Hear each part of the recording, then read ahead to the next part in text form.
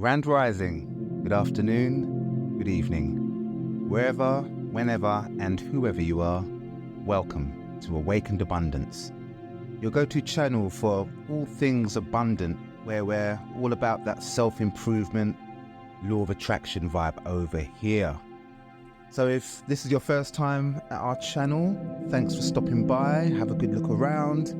Feel free to comment, like, share, and subscribe. And of course, to our subscribers, much love to you guys. Really appreciate the support. Hope you're all good. And yeah, let's talk about some things and stuff in the comment section. Okay. Quick disclaimer. This is for entertainment purposes only.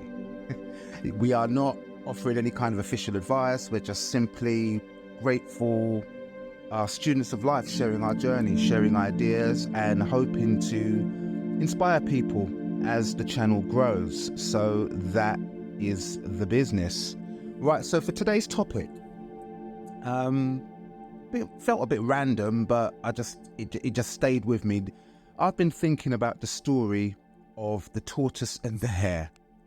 Now, I'm familiar that not everyone's going to be aware of this story, so thought it might be helpful to give a quick overview of what I'm talking about with this one. So the story of the tortoise and the hare is that for some reason there was a race. I have no idea who proposed the idea of this race, but there was a race between the tortoise and the hare. And the story basically goes to explain how the tortoise took the race quite seriously. The hare is very confident, overconfident in fact, because just looking at the tortoise and the hare, who was going to be the obvious winner. So the hare was overly complacent during this race, decided it would be a good idea to have a little nap, think about life. The hare overslept and woke up to find the tortoise being a lot further in the race than expected, and ultimately the hare lost the race to the tortoise because he was too confident. So yeah, that's the brief overview of this story, and it just got me thinking about both characters and what it meant, what you could take from it. So, the tortoise, let's start with the tortoise, because the tortoise really and truly, if on paper, didn't stand a chance. I mean, if you were to put a bet on that race, no one was going to bet on that tortoise, not unless they were high or just fancied like you get these random ones. Let's bet in opposition just to see. But in all reality, nobody thought this tortoise would win. So I started thinking about the characteristics of the tortoise, not just in terms of basically in lines of the story, but in terms of reality. So the tortoise generally moves very slow. I think that's quite obvious. But in terms of the character of the tortoise, more in line with the story, I was thinking that different words came to mind when I was thinking of the tortoise. I was thinking words like consistent, goal-orientated, serious, mature, responsible, focused, and trustworthy. This tortoise, he was given a task that looked virtually impossible. He accepted that task and committed to it, and against all odds won. And then I kind of think about the hare, the kind of, based on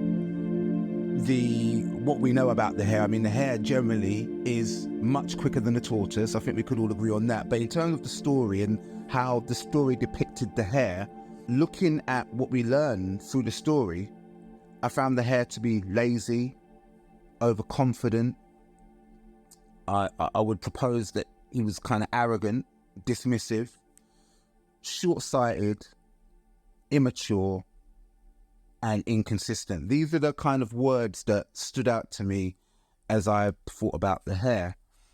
And it's interesting because when I consider some of the books or the seminars that I've attended or listened to, and the supporting principles behind them, it just feels like there's a lot that we could learn from both these characters where the story is concerned. So when I think of books like Think and Grow Rich, in that book Napoleon Hill talks about various attitudes that basically constitute or contribute towards wealth. Wealth not just being physical gain, but also, you know, the wealth of happiness, the wealth of being in a good relationship, you know, riches in the broader sense of the word. And it's interesting because when I think of Hill's work through the book Think and Grow Rich and the different attitudes that Hill proposes to be important to become rich, it really does seem like the tortoise had a lot of those characteristics.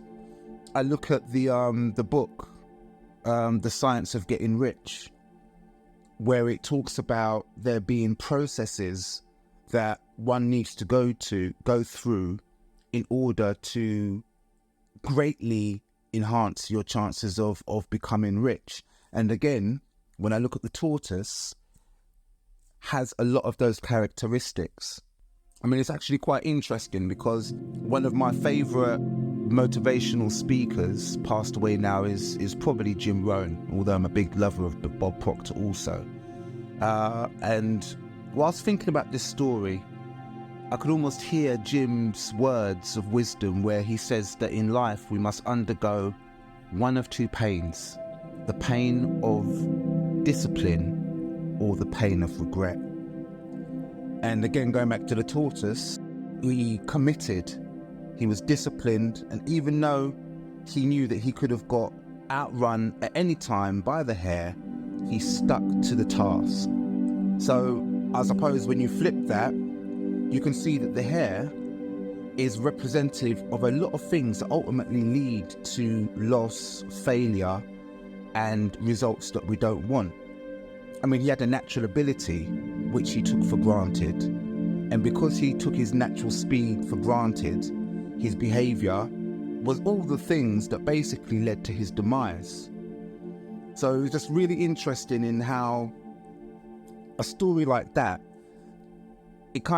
there's lessons in that in terms of going through life, trying to navigate in a way that is pleasing to us, and the habits and the disciplines that we have in place, and the ultimate impact that has on our hopes, goals, and our desires. So I suppose what I took from this is be the tortoise, not the hare. To summarize, this is a shorter one today. It's just really looking at that there are signs and indications in some of the most basic places to really indicate why some of us have the desires of our heart and why some of us don't. Now, I certainly appreciate that if your goal is to become a multi-billionaire, then the steps, the stages, what's required is going to be potentially harder than someone who has a dream to own a car or pass their first test. I think it was Bob Proctor that said that he wasn't so interested in what the goal was, it was knowing what your goal is and then being prepared to work steadfastly towards it. So yeah, just an interesting one. I guess for me the moral of the story is be the tortoise and not the hare, and ultimately just that whole idea of being steadfast even in the face of something that's seemingly impossible. So yeah, there you have it. This is Awakened Abundance, coming with examples based on the tortoise and the hare. Wish you all a great day, a better week, and look forward to bringing you some more content. We slipped out. We weren't able to bring anything last week due to some personal circumstances, but we are keen to keep this content coming to you. And as I like to say, feel free to kind of reach out in the comment section, say hi, say it'll be interesting to see what you guys think of the content, any suggestions of things that you'd like to hear us talk about. But other than that, stay well. This is Awakened Abundance, and we will be coming back to you soon with some more content. Thank you, and take care.